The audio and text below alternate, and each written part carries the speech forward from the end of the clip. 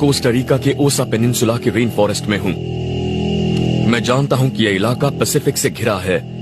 अगर मुझे कोई नदी मिल जाए तो मैं उसके साथ साथ समंदर तक पहुँच जाऊंगा और तब मुझे शायद कोई इंसानी बस्ती मिल जाए।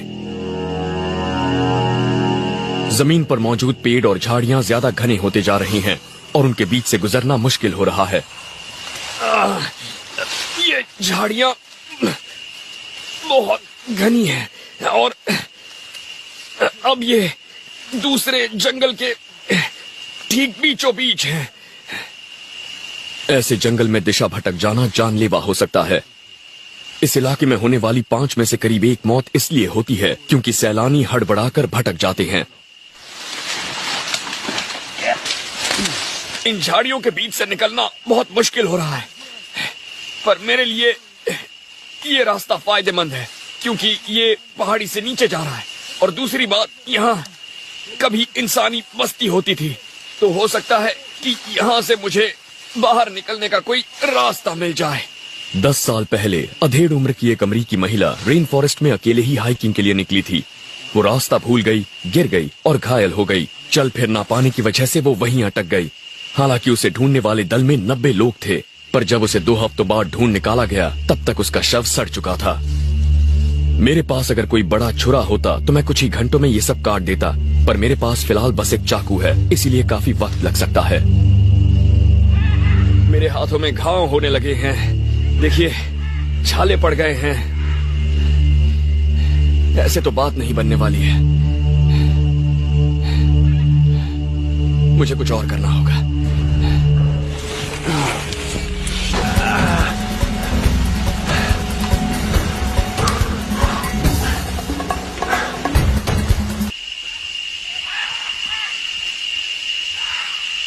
मैं खाने की कोई चीज ढूंढने के लिए नदी से दूर आ गया हूँ।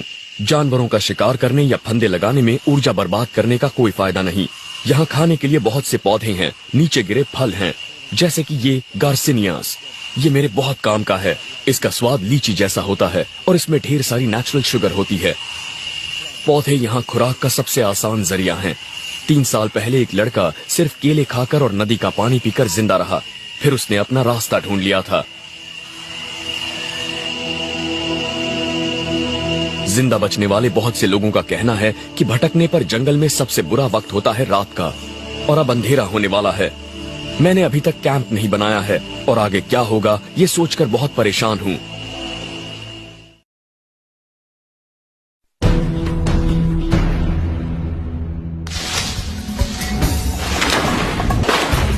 मैं कोस्टा रिका के रेन फॉरेस्ट में हूँ और मुझे बाहर निकलने का रास्ता ढूंढना है। डिसेंट्री डायरिया का एक बिगड़ा हुआ रूप है। शायद मैं इसका शिकार नहीं हुआ हूँ, शायद मेरे पेट में कोई वायरस चला गया है। हो सकता है मैंने गलती से किसी बैक्टीरिया या जानवर के मल को छू लिया हो। मुझे यकीन है कि मैंने कल जो पानी पिया था वो साफ था, लेकिन इसने मुझे याद दिलाया कि मुझे और ज्यादा सावधान होना चाहिए। पानी में बहुत से वायरस और माइक्रोब्स होते हैं, इसीलिए हाइकिंग पर जाने के दौरान हमेशा पानी साफ करने वाली गोलियां ले जाइए। पर कभी कभी किस्मत आपका साथ नहीं देती।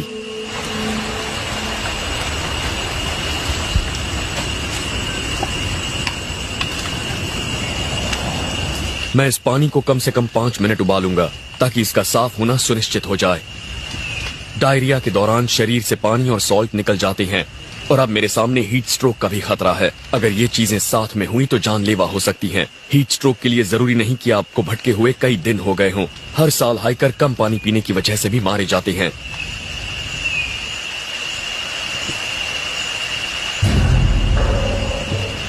अब मुझे अपने पेट को ठीक करने वाली कोई चीज ढूंढनी होगी।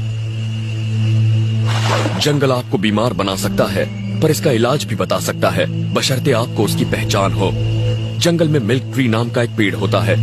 इसका सत खराब पेट के लिए वाकई अच्छा होता है। इसकी अलग ही पहचान में आने वाली नुकीली कोंपलें होती हैं और इसमें दूध जैसा सफेद रस होता है। मैंने कैंप से करीब 800 मीटर ऊपर ऐसा एक पेड़ देखा था। बस अब मुझे वहां पहुंचकर उसे ढूंढना होगा।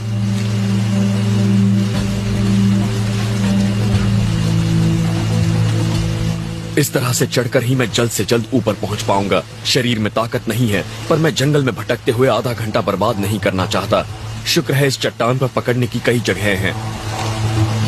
लेकिन एक बार फिर पानी मुझे रोक रहा है।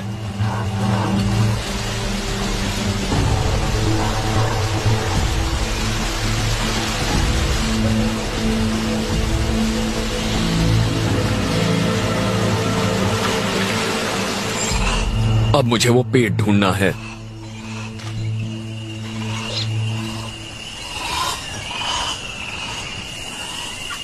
हमारे इस्तेमाल की करीब आधी दवाइयां रेन फॉरेस्ट के पौधों से ही बनाई जाती हैं।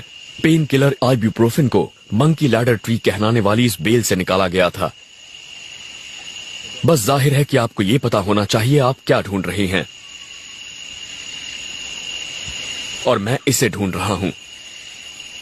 ये एक छोटा सा मिल्क ट्री लग रहा है और इसे कुदरती मिल्क ऑफ मैग्नीशिया कह सकते हैं। ये पेट के लिए वाकई अच्छा होता है और इससे मुझे थोड़ी ताकत मिलेगी। इसकी पहचान आप इस खास तरह की पत्तियों से कर सकते हैं। ये देखिए, इसकी कोंपलें भी ऐसी नुकीली होती हैं और जब आप इसे तोड़ेंगे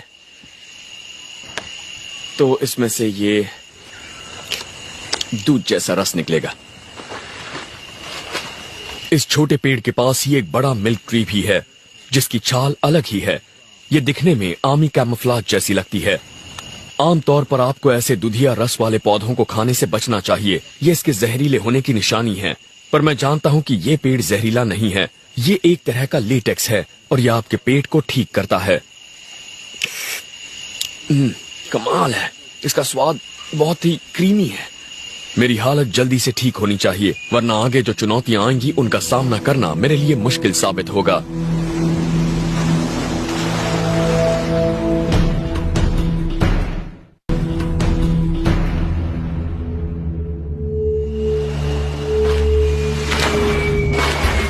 मैं पूरी तरह से ठीक तो नहीं हूं, लेकिन मुझे नदी के साथ साथ धारा में नीचे की तरफ उतरते रहना होगा।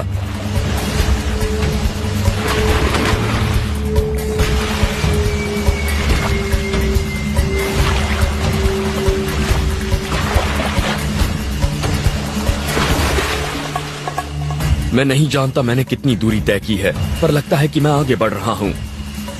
लेकिन इससे थकावट भी हो रही है और दूरियां तय करने में काफी लंबा वक्त भी लग रहा है। पेट खराब होने से मुझे कमजोरी महसूस हो रही है और मैंने पिछले 2 दिन से ठीक से कुछ खाया भी नहीं है।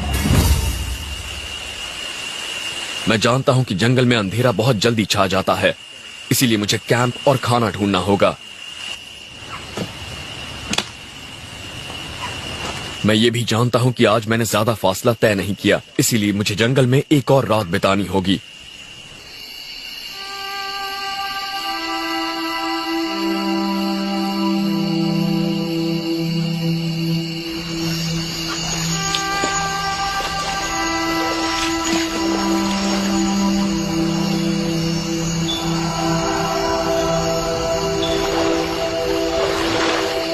मैंने आग जला ली है और कैंप भी बना लिया है। अब मैं यहाँ पर कुछ मछलियां पकड़ने की कोशिश करने वाला हूँ और इस काम के लिए ये अच्छा वक्त है क्योंकि मैं जिन मछलियों को ढूंढ रहा हूँ वो रात के वक्त काफी सुस्त होती हैं।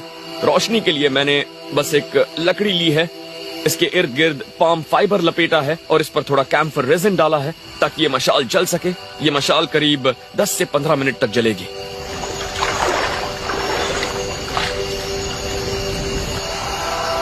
मैंने इस मशाल को पानी के काफी करीब पकड़ा है और श्रिम्प या क्रेफिश ढूंढ रहा हूँ। मैंने अपने चाकू को एक लकड़ी पर बेलों से बांध रखा है ताकि अगर कुछ नजर आए तो मैं उस पर वार करूं और फिर उसे पकड़ सकूं।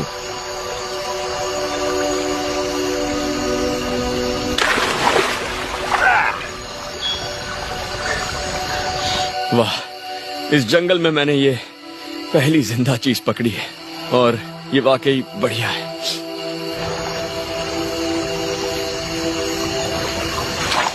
वैसे इन क्रेफिश को बिना चाकू के पकड़ना काफी आसान होता है, बस काश मुझे कोई मछली मिल जाए तो दावत पूरी हो जाएगी।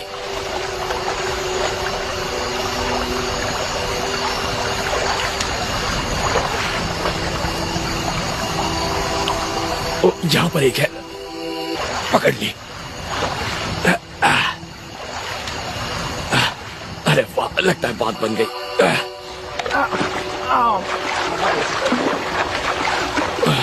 मुझे यकीन नहीं हो रहा, वो हाथ से निकल गई। वो मेरे चाकू पर लगी हुई थी, लगभग मर चुकी थी, और अब ये मशाल भी दम तोड़ रही है।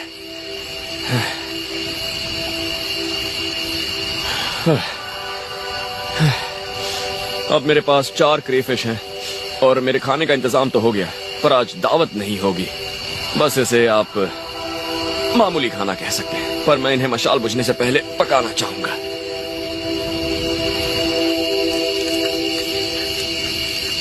किसी भी तरीके से अपने जोश को बरकरार रखने की कोशिश कीजिए। कभी कभी बस आग जलाकर कुछ अच्छा खाने से ही जोश बढ़ जाता है।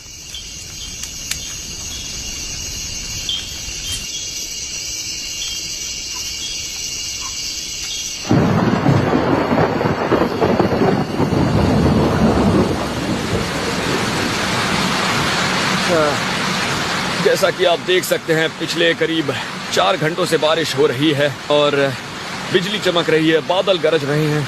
उसके अलावा सब कुछ पूरी तरह से भीग चुका है। ये माहौल आपकी हिम्मत और आपके जोश को हरा सकता है। कैंप ने शुरुआत के कुछ घंटों में मेरा साथ दिया, लेकिन उसके बाद पानी हर कहीं से बरसने लगा।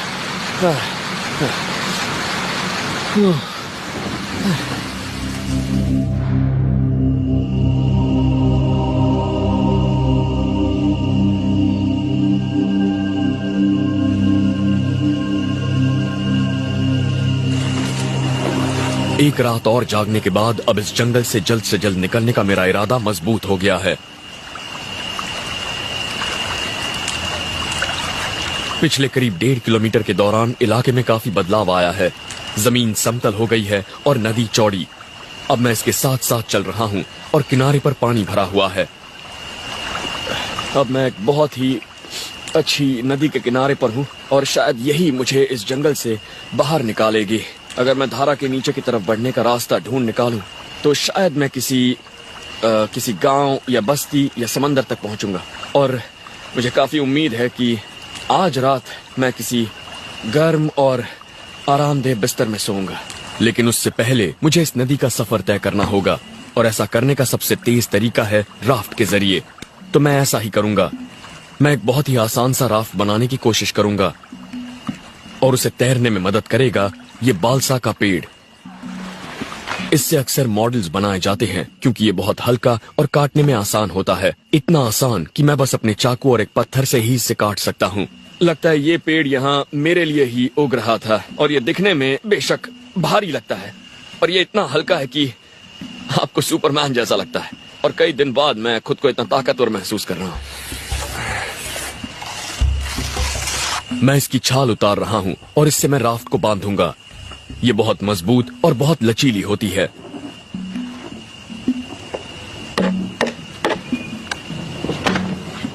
काम खत्म करते करते मैं पसीने से नहा चुका हूँ। मैं उम्मीद कर रहा हूँ कि ये उन चुनौतियों का सामना कर लेगा जो ये नदी मेरे सामने पेश करने वाली है।